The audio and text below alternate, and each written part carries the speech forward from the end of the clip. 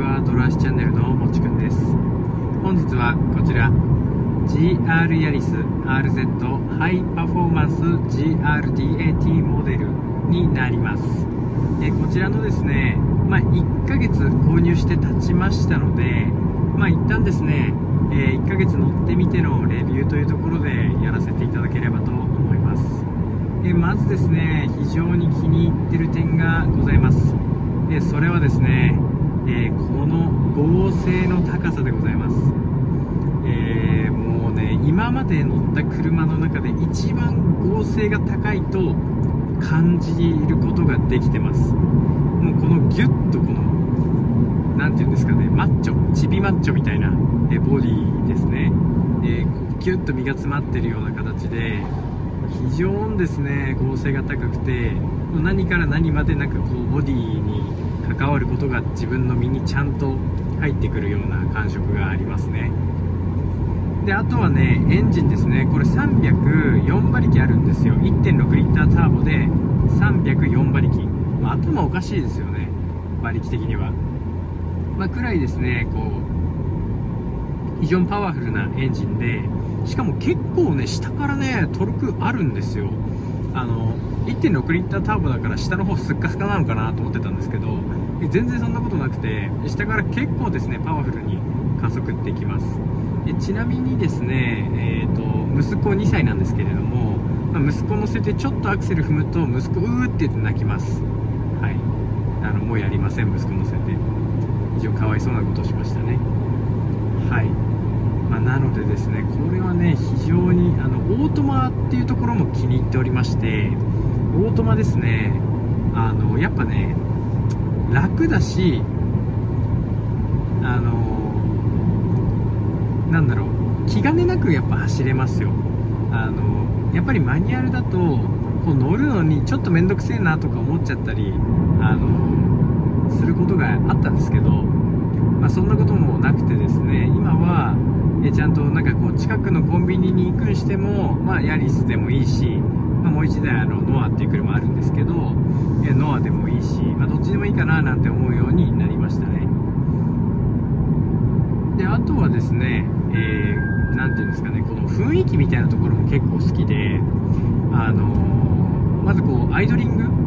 エンジンをつけた時の最初の方のアイドリングが多分暖気運転をするためにちょっとですね、回転数とかを高くするんでしょうね。で、その時にですね、結構ねいかちい音するんですよ。外から聞いてると、マフラーから。で、夜とかね、実は近所に迷惑なのかなとか思ったりしてるんですけど、みんなね、うちの分譲地性能のいい家に住んでるんで大丈夫だと思うんですけど、結構ねいい感じの高揚感を得られますね、乗る前から。で、乗った後もですね、一般道を走ってるだけでもエアクリからキュッて落としたりとか、あとちょっと踏んだ時にブーンと、マフラーの音が聞こえてきたりと、そういったところもですね、各所でスポーツっぽいこの演出っていうのをやってくれるんですよね。これが演出なのかそうなっちゃうのか分かんないんですけど、そのあたりですね非常に気に入っております。で、私ですね、運転支援系のチャンネルをやっておりまして、今も運転支援使って運転してるんですけれども、こちらですね、第3世代トヨタセーフティーセンスを入れてくれたこと、これですね非常に感謝してます。これ僕大好きなんですよ、運転支援。本当に好きでチャンネルも始めたので、そういった機能をですねちゃんとスポーツカーでも入れてくれるというところが、心意気が非常にですね、素晴らしいなというところになります。で、あとは、結構ですねこういう車でコストカットでやられがちな、ワイパーのオートがないっていう車結構あると思うんですけど、これワイパーオートになってます。でワイパーって結構ね、山道とか走ってる、特にマニュアルとかだと、結構調整するのめんどくさかったりするわけなんですけど、オートだとね、僕これ大好きなんですね、ワイパーのオートが。でもこれね嫌いな人もめちゃめちゃ多いんですよ。好きな人は好きだし嫌いな人は嫌いなんですよ、ワイパーのオートって。で、なのでいろんな意見あるとは思うんですけど、僕は大好きなのでこれついててよかったです。でこれもしですね、オートワイパー嫌いなんだけどついてるっていう方、ディーラーに一度相談に行ってみてください。これですね、間欠のワイパーに変更できたと思います。はいっていうところですね。であとはですね、気に入ってるところで言うと、走行モードの切り替えができるようになりました。今回の方からですね。で、エコノーマルスポーツっていうスポーツモードを選択できて、スポーツにするとですね、かなりもう上までね、引っ張ってくれるんですよ。それがね、やっぱ楽しいですよね。一般道走ってても、パンパンとシフトダウンしてくれて、むしろ私がうざいと感じてしまうほどにエンブレをかけてくれたりとかするんですよ。で、回転数引っ張って、結構ね、引っ張って運転してると、その分ですね、6000回転まで引っ張ったらちゃんと4000回転くらいまでを落としてキープしてくれると、そこからさらにシフトダウンとかしないでアクセル操作を待ってくれたりするんですよ。でそのあたりのなんていうんですかね、ドライバーに対するこのドライバーの意思をちゃんと汲み取ろうとするトランスミッションになってるんで、これはね一級品だと思いますね、本当に。でそれプラスで、これはね僕ちょっとまだ分かんないんですけど、四輪駆動制御の、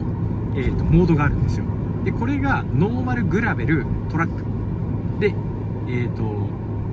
これがどうなってるか分かんないんですけど、エキスパートモードっていうのも存在します。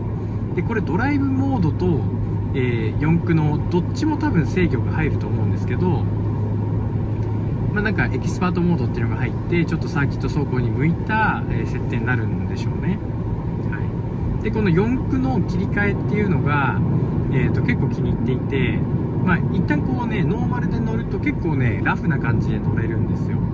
でこれグラベルにするとなんかですねちょっと後ろが重くなるんですよね。なのでこれがですね結構ちゃんと運転しなきゃっていう感じを、与えてくれますよね。でここちょっと注目してください。今停止しますよ。運転支援でブレーキ踏んでないですよ。でブレーキで止まる。で2秒ぐらい経つと発進するんですよ。でこれがですねちょっと弊害としてあるところで、ちょっと悪い話に行くんですけど、僕自身はラリーとか全然やらないので、このサイドブレーキがついてようとついてなかろうと、ついてない方が僕はいいんですよ。電子パーキングブレーキがいいんですけど、この車は電子パーキングブレーキではなくて手動のパーキングブレーキになっております。なので今みたいに運転支援をやってる時に途中で停止したいと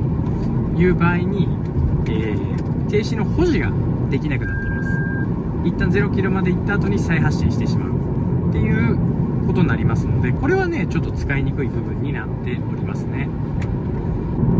でこれ足の硬さも結構気に入ってるポイントとしてあって、結構ね硬いんですけど、硬い割にはちゃんとねいなしてくれるんですよ。でこれボディとの相乗効果なのかわかんないんですけど、サスペンション硬いっていうのは聞いてたんですけど、硬いなりにちゃんといなしてくれるんで、乗り心地っていうのをそんなに悪く感じないし、スポーツ走行には多分、結構向いてる足なんだろうなっていうところは思うところであります。で次がですね、ちょっとねこれは残念だったなっていうポイント何個かあります。でまずですね、これ1個目、この車ですねデジタルキーオプションっていうのがあったんですけど、つけてないんですよ。つけられなかったんです。でなぜならこのナビをこの大きくするオプションと一緒につけないといけなかったんですよ。ディスプレイオーディオプラスっていうオプションですね。でこれをつけないとデジタルキーつけられないよって言われて、でこの画面をでかくするの20万とか30万とかするわけですよ。で僕が欲しいのはデジタルキーだけだったのに、デジタルキーに、3万くらいですよ。デジタルキーのオプション代なんて3万そんなしないよ。16,500円とか。それを払うために、つけるために30万払えますかっていう。いや払えないんですよ。払わいたくなかったんでつけなかったんですけど、これはねぜひね全部どんなナビでもデジタルキーオプションっていうのはつけれるようにしてほしいです、トヨタさんで。それがトヨタの盗難とかそういったところにも効いてくるはずなんですよ。デジタルキーってトヨタのサーバーと通信して鍵を開けるので、直接スマホと車が通信しているっていうのはもちろんあるんですけど、それに加えて、サーバー側の暗号化通信っていうのを使えてるわけですよ。ってなってくると、これってセキュリティ的に非常に強いものになっているので、もちろんね、システムもハッキングされることはありますけど、スマートキーよりははるかに強いと思います。なのでそれが残念だった1個のポイント、つけたかったけどつけられなかった。で、次がですね、タイヤハウス内の防音処理っていうのが多分これ一切されてないんですよ。で、なんでそう思ってるかっていうとですね、もう石とか小石とか拾ったもんだったらもうバリバリバリって音するんですよ。で、それがちょっと嫌だ。車が傷ついてる感じがあってちょっと怖い、嫌ですね。はい、っていうのがあります。で、あとはですね、これ買って思ったんですけど、意外と大きい。分か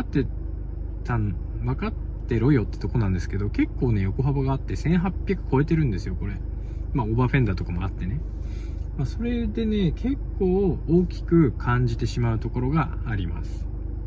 はい。で、さらにですね、ダッシュボードが結構高いんですよ。で、僕今シートを一番下に下げて運転してるんですよ。で、これなんでかっていうと腰痛くなるからです。なんで僕はこの体勢で運転したいんですけど、ここが結構ね、盛り上がってんの。ここがこう。で、これがスッていければよかったんですけど、多分エンジンの関係でいけなかったんでしょうね。で、これがですね、結構邪魔で、それが結構ね、見えるかな、A ピラーのところにも、影響してるんですよ。で、なんで A ピラーのところが非常に見にくいので、これはですね、ちょっと安全っていう面で問題があるのかなっていうところがあります。で、あとね、これもね、分かってたんだろうお前っていう話なんですけど、狭いです。子連れ、2歳の子供がいる人が買ってはいい車ではなかった。いや、もちろんね、息子と出かけるときはノアで行けよという話なんですけど、息子がこの車乗りたいって言うわけですよ。で、そうなったらね、乗せないといけないじゃないですか、親としては。なので、やっぱり、なんかそういう苦悩がちょっとあります。2ドアなんで、後ろにチャイルドシートって後ろに乗せないといけないんですけど、後ろのチャイルドシート乗せるのめっちゃ面倒くさいっていうか、きついんですよ、体も。で、腰も痛くなるし、で、息子も前のシートに足が届いちゃうんですよ。2歳ですよ、まだ。2歳なのにもう届いちゃうんで、もうこっからさらに成長しちゃったら、足がずーっとペタってついてる状態で乗ってもらうことになるんで、これはね、ちょっとね、いただけないポイントかなと。もうちょっとだけ広くてもよかったんじゃないかなと。もうちょっとだけシート後ろにずらしてもよかったんじゃないかなというのは感じるところですね。はい。そんなところで悪いところの方がなんか僕盛り上がっちゃった気がするんですけど、買ってよかったとは本当に思ってるので、とにかく楽しい車なので、おすすめです。というところで買って1ヶ月目の、レビューになっております。で、今後ですね、また、燃費とかそういうのもちょっと、ショートになるかもしれないですけど、撮っていきたいと思いますので、今後もね、よろしくお願いいたします。この動画がいいなと思ったら、いいね、コメント、チャンネル登録、ぜひですね、よろしくお願いします。それではですね、ご視聴ありがとうございました。失礼いたします。バイバーイ。